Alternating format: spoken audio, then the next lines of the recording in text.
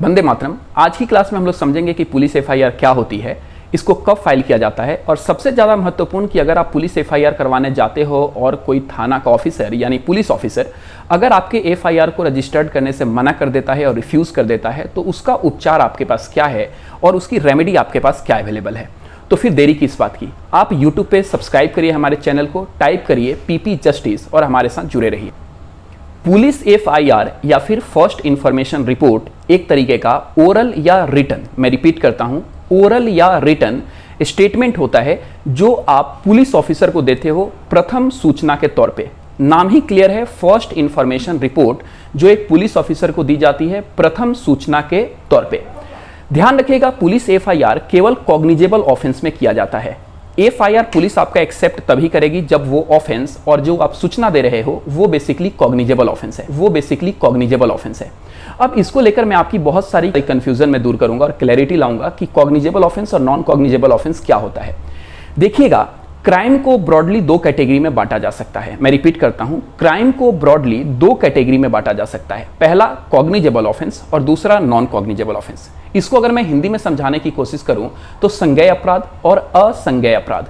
सबसे पहले तो मैं आपको बताता हूं कि ये जो कॉग्निजेबल ऑफेंस है यानी संज्ञेय अपराध है, ये क्या होता है। ध्यान रखिएगा, ये बेसिकली एक सीरियस नेचर का क्राइम होता है जो बेसिकली पुलिस को अधिकार देता है कि पुलिस बिना किसी कोर्ट के वारंट को और कोर्ट के वारंट लिए बिना आपको अरेस्ट कर सकती है। एग्जाम्पल के तौर पे मैं बताऊं तो मर्डर हुआ, रेप हुआ, डकैती विद मर्डर हुआ, सेडिशन हुआ, ये सब एग्जाम्पल होते हैं आपके कॉग्निजेबल ऑफेंस के, जहां पे पुलिस को कोर्ट के वारंट की जरूरत नहीं होती और वो आपको अरेस्ट कर सकती है। दूसरा मैंने आपको क्राइम का जो पार्ट बताया वो बताया नॉन कॉग्निजेबल ऑफेंस या फिर असंज्ञेय अपराध। असंज्ञेय अपराध के बारे में अगर मैं आपको बताऊं तो ये लेस सीरियस नेचर का क्राइम होता है और नॉन कॉग्निजेबल ऑफेंस में पुलिस को अरेस्ट करने के लिए कोर्ट के वारंट की जरूरत होती है। इसका एग्जाम्पल अगर मैं बताऊं तो आपका गाली गलौज हुआ यानी एब्यूजिंग स्टेटमेंट हो गई, या फिर आपका फ्रॉडुलेंट एक्टिविटी हो गया, डिफामेशन यानी मानहानि का मुकदमा हो गया, या फिर चीटिंग, फोर्जरी एक्सेट्रा। ये जितने भी इंडियन पिनल के केसेस हैं ये सारे के सारे आपके नॉन कॉग्निजेबल ऑफेंस में आते हैं। तो मैंने आपको बताया कि क्राइम दो तरीके के होते हैं, कौन सा, कॉग्निजेबल और नॉन कॉग्निजेबल ऑफेंस। सबसे ज्यादा ध्यान रखने वाली बातें ये है कि पुलिस एफआईआर जो आप लॉन्च करते हो वो बेसिकली सीआरपीसी के धारा 154 में करते हो, और जब आप सीआरपीसी के धारा 154 को देखोगे तो वहां पे दो बातें बहुत महत्वपूर्ण हैं। और वो पहली बात ये कि जो पुलिस एफआईआर होती है वो ओरल भी किया जा सकता है और रिटन भी किया जा सकता है। वो बात अलग है कि जब आप ओरल एफआईआर करते हो, थाने में जाके आप कोई रिटन स्टेटमेंट नहीं देते हो, आप बोल रहे होते हो कि हमारे साथ ये नाइंसाफी हुई है, तो वहां पे पुलिस ऑफिसर की ड्यूटी है कि वो उसको रिटन में प्रोड्यूस करे। मतलब ओरल एफआईआर भी की जा सकती है लेकिन वहां पे पुलिस ऑफिसर आपके ओरल स्टेटमेंट को रिटन में प्रोड्यूस करेगा।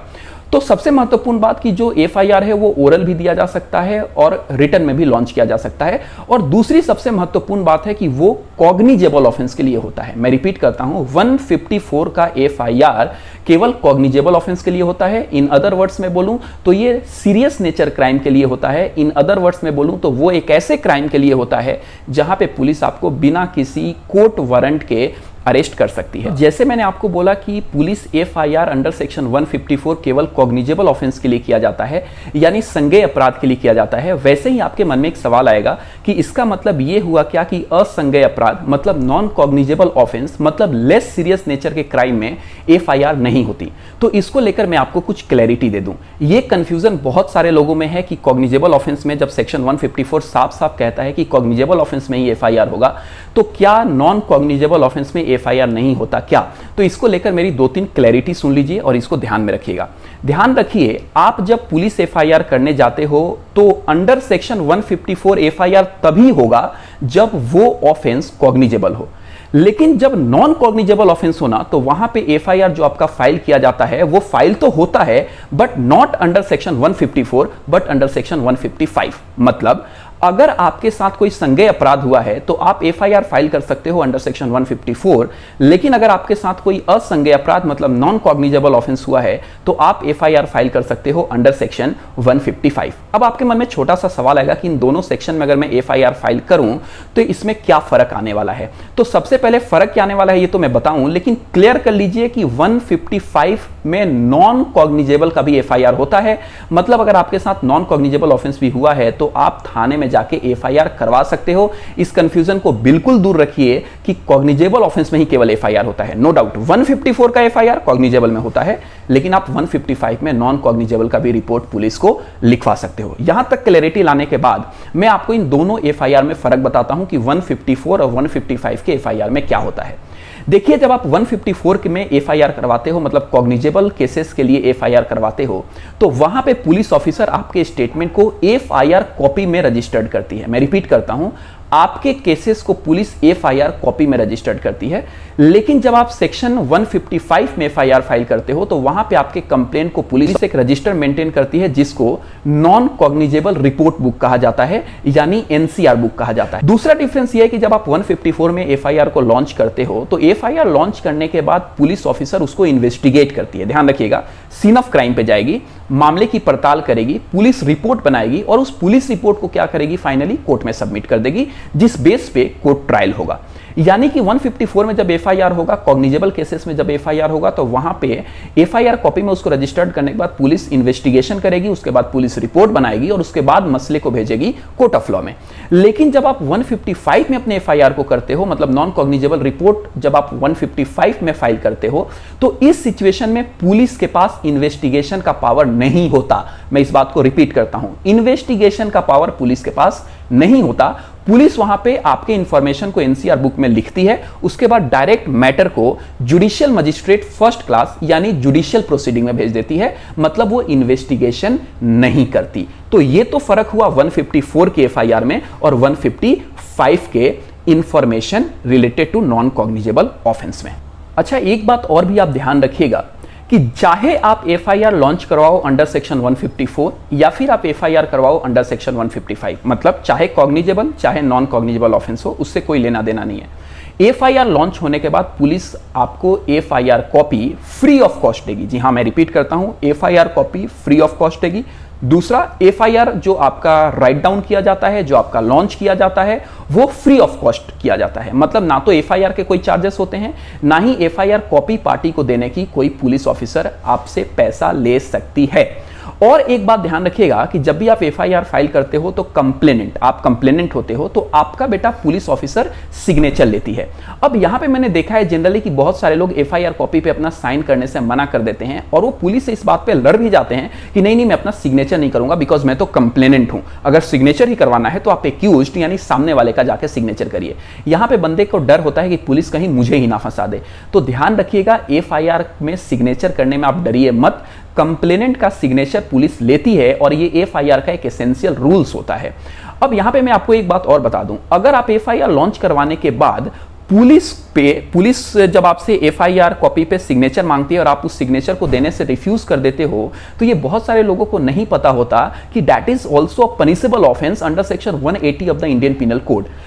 इंडियन पिनल कोड भारतीय दंड संहिता के धारा 180 के तहत यह एक अपराध है कि कोई पुलिस ऑफिसर आपसे एफआईआर कॉपी पे आपका सिग्नेचर मांग रही है और आप उसको सिग्नेचर देने से मना करते हो। और अनफॉर्चुनेटली इस स्टेटमेंट को सुनिएगा कि आपको वो सजा 3 महीने तक की हो सकती है। तो ध्यान रखिएगा, एफआईआर लॉन्च फाइल करते टाइम आप पुलिस को अपना सिग्नेचर देने से मना मत करिएगा, आप रिफ्यूज मत करिएगा। तो ये तो एक जनरल स्टेटमेंट है जो मैंने आपको समझाया कि एफआईआर क्या होता है, एफआईआर कब करवाया जाता है, 154 का एफआईआर क्या होता है, 155 का एफआईआर क्या होता है, दोनों में फर्क क्या होता है, दोनों में पुलिस को क्या क्या पावर है।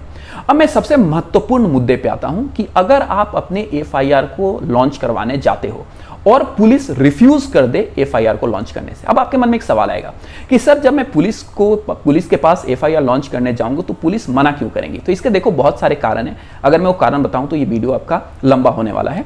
तो मैं आपको शॉर्ट में बता देता हूं कि पुलिस एफआईआर फाइल करने से क्यों मना करती है। एग्जांपल के तौर पे देखो, जब मैंने बताया आपको 154 में आप एफआईआर लॉन्च करोगे तो पुलिस को इन्वेस्टिगेशन करना पड़ेगा, उसकी पुलिस रिपोर्ट बनानी पड़ेगी, मामले को कोर्ट में देना पड़ेगा। That is the first problem for the police officer कि वहां पे पंगे बढ़ जाते हैं खामखा। दूसरा पंगा ये होता है कि ध्यान रखिए, जब भी कोई एफआईआर आप किसी थाने में लिखवाते हो तो उस थाने में आप क्राइम को इंक्रीज करवा रहे होते हो। रिपीट करिएगा, जब भी आप किसी थाने में अपना एफआईआर लिखवाते हो तो उस एरिया के क्राइम को आप इंक्रीज करवा रहे होते हो। तो यहां पे जो डेजिग्नेटेड ऑफिसर है उस पुलिस स्टेशन का, उसके प्रमोशन पे भी ये इश्यू आता है, उसके प्रमोशन में भी ये पंगा आता है कि आपने जिस एरिया में ड्यूटी करी थी, आपने जिस एरिया में अपना सर्विस प्रोवाइड किया था, वहां पे क्राइम इतने रेट से इतना से इंक्रीज हो गया। तो FIR is also relates and communicate to the crime scenario of the particular area. इसीलिए वहां पे पुलिस ऑफिसर आपको जनरली एफआईआर करने से या लॉन्च करने से मना करती है। तो अब मैं इस महत्वपूर्ण मुद्दा पे आने वाला हूं कि पुलिस अगर आपको एफआईआर करने से मना कर दे तो आपके पास क्या उपचार है। ध्यान रखिए, जब आप सेक्शन 154 ऑफ सीआरपीसी के सबसेक्शन 3 को देखते हो तो बकायदा पुलिस आपको जब पुलिस एफआईआर करने से मना कर दे तो उसका उपचार क्या है, उसकी रेमेडी क्या है, वहीं पे दिया गया है। 154 का सबसेक्शन 3 कहता है कि जब भी कोई थाने का ऑफिसर यानी पुलिस ऑफिसर आपका एफआईआर लॉन्च करने से मना कर दे तो आप नियरेस्ट ज्यूरिडिक्शन के सुपरिटेंडेंट ऑफ पुलिस के पास चले जाइए, मतलब एसपी के पास चले जाइए और एसपी के पास जाके आप रिटर्न कंप्लेंट करिए। ध्यान रखिए, आप एसपी के पास दो तरीके से जा सकते हो, या तो अपना रिटर्न कंप्लेंट फिजिकली लेके जा सकते हो या फिर उसको बाई पोस्ट बाई कुरियर भी भेज सकते हो। मतलब जब भी जिस थाने का पुलिस ऑफिसर आपका एफआईआर लॉन्च करने से मना कर रहा है, आप उस थाने के नजदीकी सुपरिटेंडेंट ऑफ पुलिस के पास जाइए और वहां पे रिटर्न कंप्लेंट करिए कि मेरा एफआईआर रिफ्यूज किया गया है। सुपरिटेंडेंट ऑफ पुलिस वहां पे नेसेसरी एक्शन लेगा, आपको कुछ भी नहीं करना। जनरली सुपरिटेंडेंट ऑफ पुलिस मामले को पर्सनली इन्वेस्टिगेट करता है और थाने को रिकमेंड कर देता है कि आप एफआईआर को लॉन्च करिए। मैं मानता हूं या फिर सपोज करता हूं कि सुपरिटेंडेंट ऑफ पुलिस ने भी कोई एक्शन नहीं लिया, तब क्या किया जाए? तो उस सिचुएशन में ध्यान रखिए, आप सीआरपीसी के धारा 190 यानी 190 के तहत आप सीधे जुडिशियल मजिस्ट्रेट फर्स्ट क्लास के पास जाके कंप्लेंट करिए, मतलब कोर्ट मुकदमा कर दीजिए और ये मजिस्ट्रेट के पास जाके शिकायत करिए कि मेरे नजदीकी थाने में मेरी एफआईआर लॉन्च नहीं की गई है।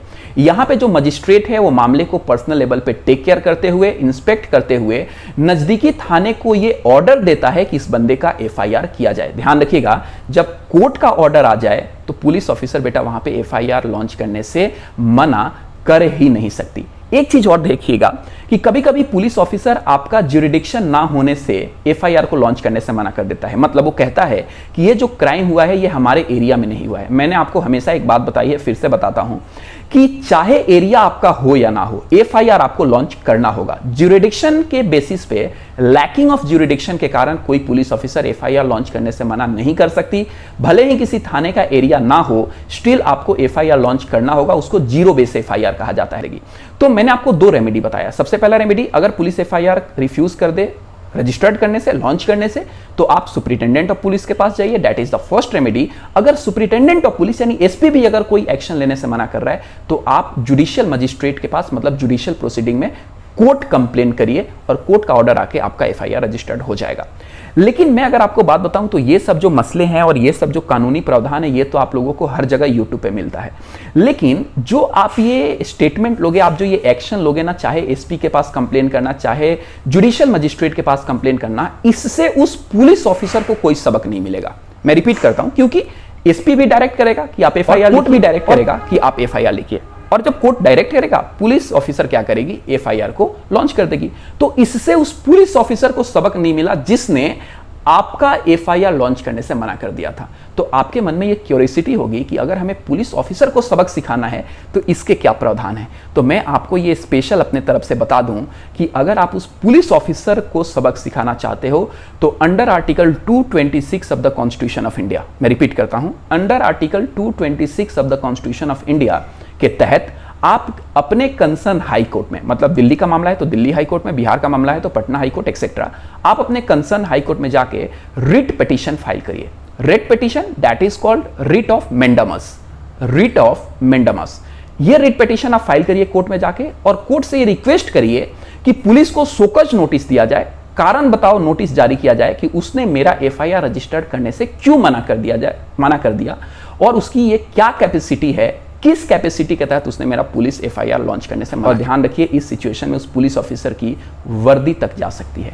तो ये सब एफआईआर से रिलेटेड कानूनी प्रावधान था जो मैंने आपसे डिस्कस किया और मैं ये उम्मीद करता हूं कि ये वीडियो आपको कानून के बारीकियों को समझने में मदद करेगी। तो आप हमारे चैनल को सब्सक्राइब करिए और इस वीडियो को ज़्यादा से ज़्यादा शेयर करिए। तब तक मिलते हैं हम किसी और वीडियो के साथ। तब तक आप अपना ख्याल रहें, सतर्क रहें और सुरक्षित रहें। That is all it for today. Bye bye.